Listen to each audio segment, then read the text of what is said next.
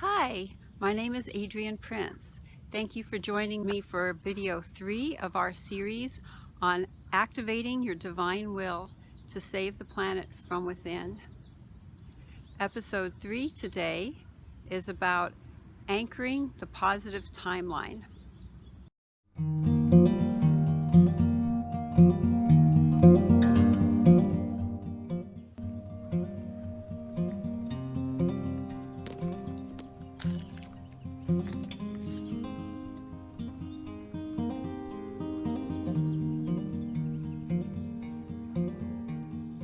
Hi there. It's a beautiful morning here in San Diego, and I'm so happy to have you out in my garden with me. Today we're going to talk about anchoring the positive timeline for your life and for the planet. Nikola Tesla once said, if you want to understand the nature of reality, think in terms of vibration, harmonics, and frequency. And it's really turned out to be an incredibly useful clue. So the world that we want to see is one in which everybody thrives and everything thrives in balance, in harmony, and here on Earth. Many of us were called to work here as part of a cosmic, galactic force to right things on the planet. We weren't fully informed as to what we were walking into, but we were told it wasn't going to be easy, and we were told it was going to be complicated. Our original plan was to hold the light of God that we carried inside of ourselves, hold it as strongly as possible while here on Mother Gaia, so that we can help her through her birthing process to become the being that she's meant to be. So a lot of what we've been going through is termed as being a timeline war.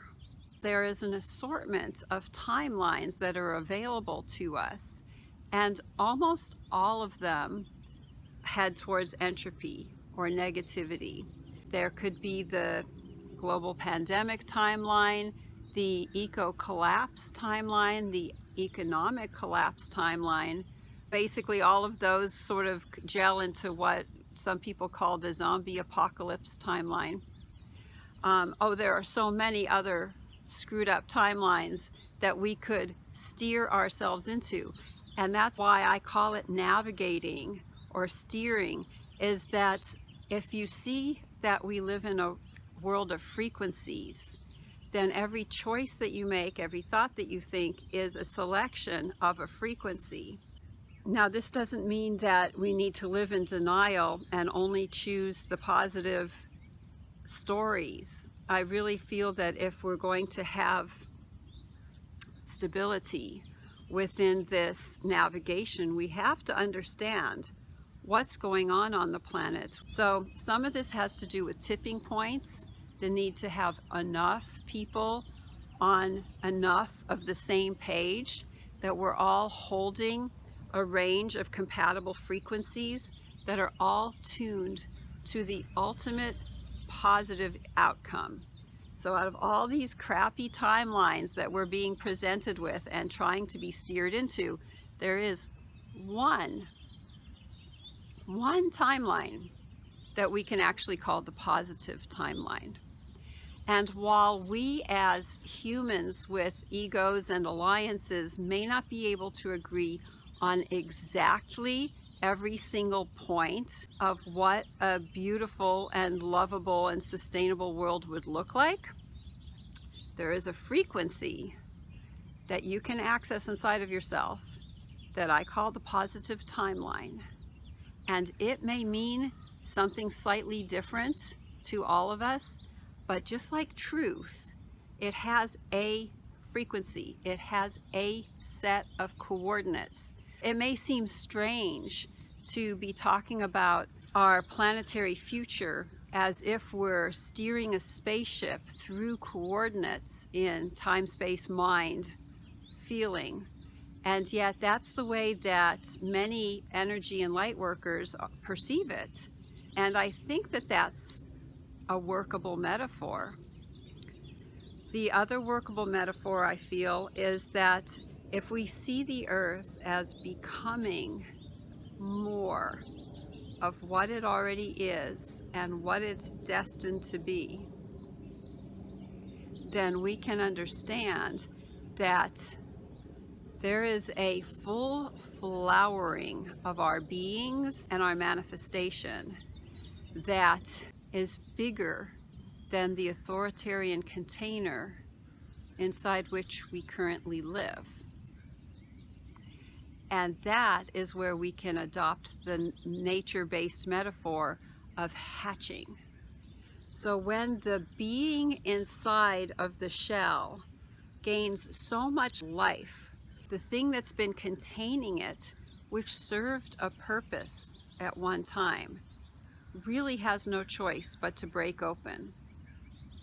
But this idea that there's a war or that there's a fight, I think that that's probably okay, except as the sound of the military jet goes over my head, I guess that there's an archetypal phrase some people may have encountered on the inner where it says, if it's war they want, then war they'll get. And we are certainly not asking for war. We are asking to completely finish the ensoulment process, creating the wonderful home planet for all of us in the galaxy. So one of my meta stories about why we're here and how we got here, which I told you last week, had to do with the heavenly realm.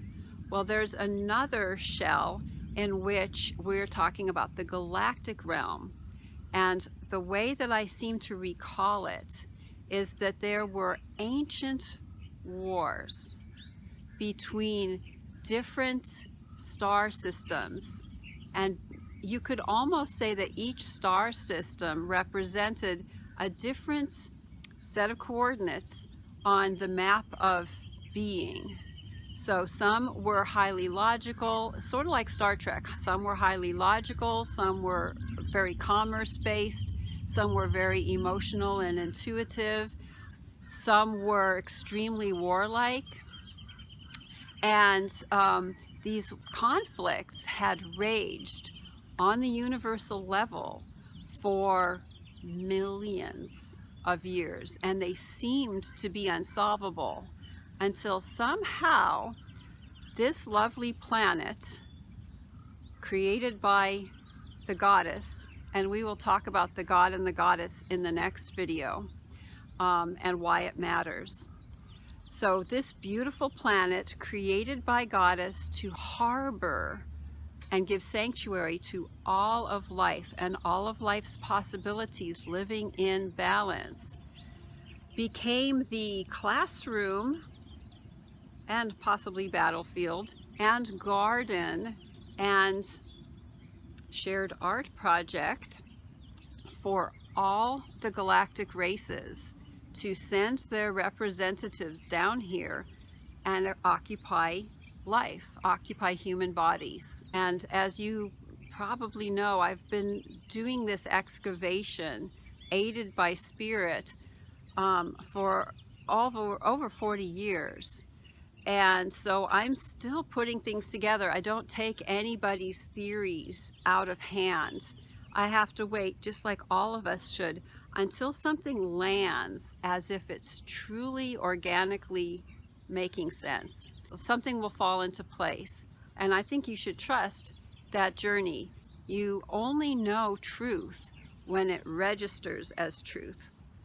And that's an art, to hold the truth you know without prejudice so that new facts can expand it, is the key to really understanding and bridging all the gaps. It's important to understand that we all have a higher self. Even somebody who appears to be an enemy now could completely be your ally once your higher selves kick in. So there's an area of life in which duality very much is in charge, and it's a push and pull kind of a universe.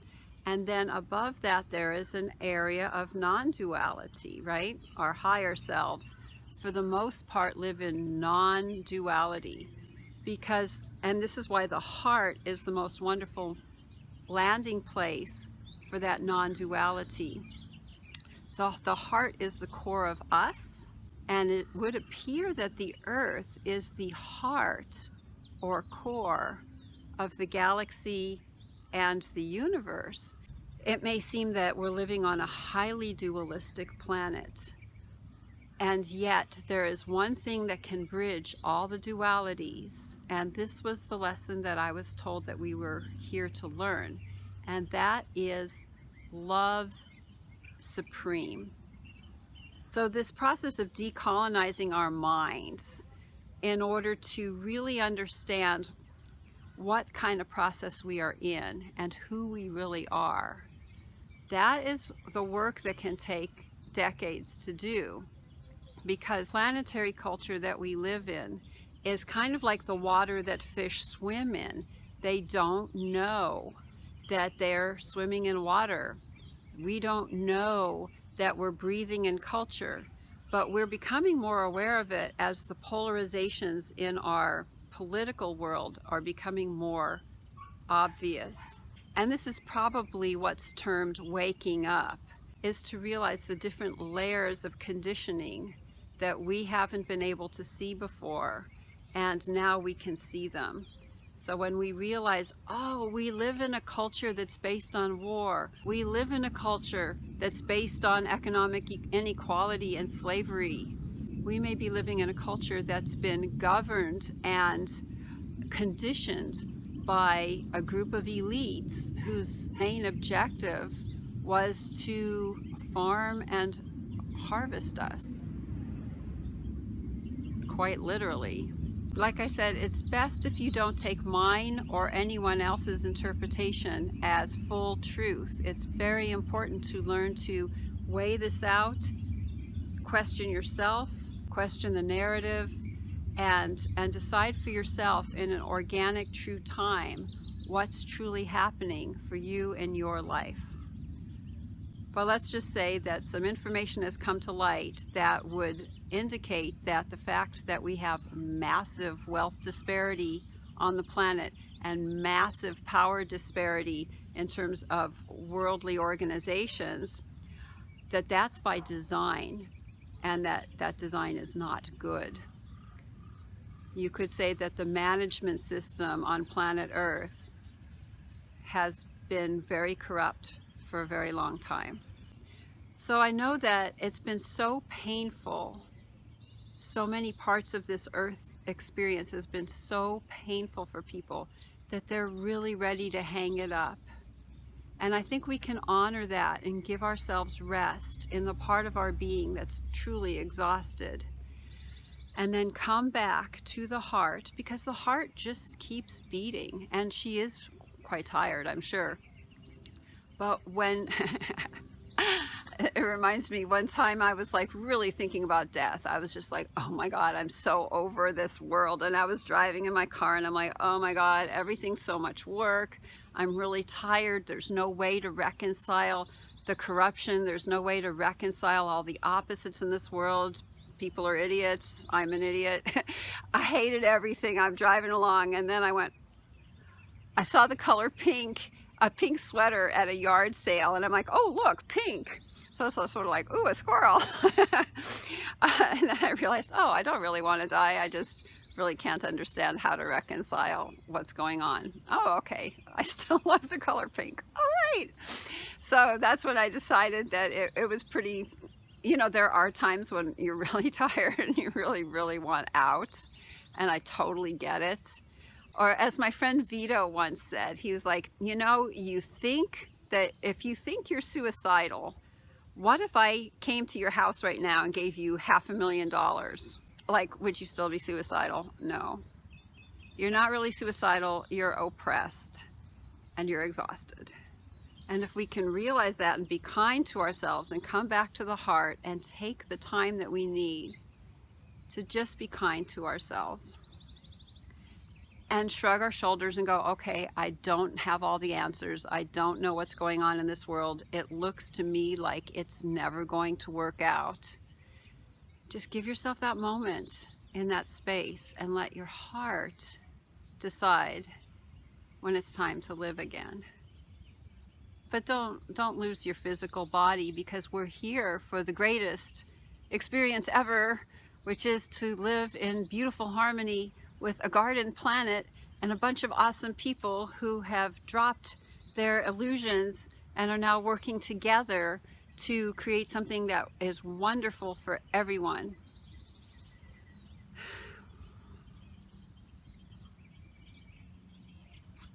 Thank you. So the way that you select the positive timeline, it is a lot like navigating your spaceship, your personal spaceship.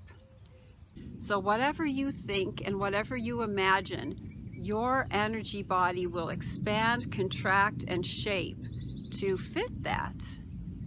It's quite amazing. So we are beings that are manifesting outwardly, and I seem to have a physical shell, but I'm also an energetic being, as are you. And so you have different layers of the aura. You have different inner layers by which you can also access all of reality. So you can be working outside and inside and yet never move a finger. It's best to use our voices. It's best to use our free will, and it's best to move our bodies. But so much of what really gives us power comes from deep within. And I truly believe that the heart is the core of it all. And as I was told by my guides, the whole purpose of this incarnation, the whole purpose of this entire earth experience is to recognize that love is the supreme power. We call it the positive timeline because it's truly the ultimate win, win, win for all of life, all creatures, all tribes. We're finding the exact right point of balance for all of life, centered in the heart and directed with intention. And this is why I want to train you here to learn about your divine will, because your divine will, it's like your steering wheel and your gas pedal, another machine metaphor. It helps you move forward in a calm and directed way. So of course there's a yin and a yang to your divine will too. There's a forward moving, and then there is a readiness receiving. But that frequency of the positive timeline is something that you cultivate organically from within yourself. I can't tell you how to get there. All I can tell you is that it exists and that we're working with it. It's completely unique and organic to each and every one of us, and that is why it's so stable. And that's why we're winning, because life is winning. All of the crappy timelines are ones in which somebody wins and somebody loses, or everybody loses. That's dumb. We can find that beautiful center point. It's almost like a portal where everybody wins. Everybody wins. And that is the space of love. That's the space of the heart. So you could almost say that you can locate the positive timeline within the core of the core of the core, right? The center of the center of the center. So the exercises that I've been showing you, and the exercises that you can find more of at team-gaia.com, all work with the heartbeat, the breath, and the energy body. There are so many tools that we have to recover our strength. It's a long battle, it's a long journey, it's a long birthing process. The best way to get on that list is to visit team-gaia.com and sign up for the 4-part video series that will teach you more of these energetic practices. So you may be wondering, how can it be that we have a win-win-win if some of the beings that we're dealing with are so evil? Well, that's where I think the phrase, not my will, but thine, comes in. Because only God, the highest consciousness, source energy, the truth, love, is going to be able to reconcile this. But I think that even though we're navigating towards the positive timeline and we're going to the core of the core of the core, we still are not taking the role of the highest intelligence. We don't know everything, but God does. Who or whatever God is, we know that it's real, and we know that we can rely on it. Thank you.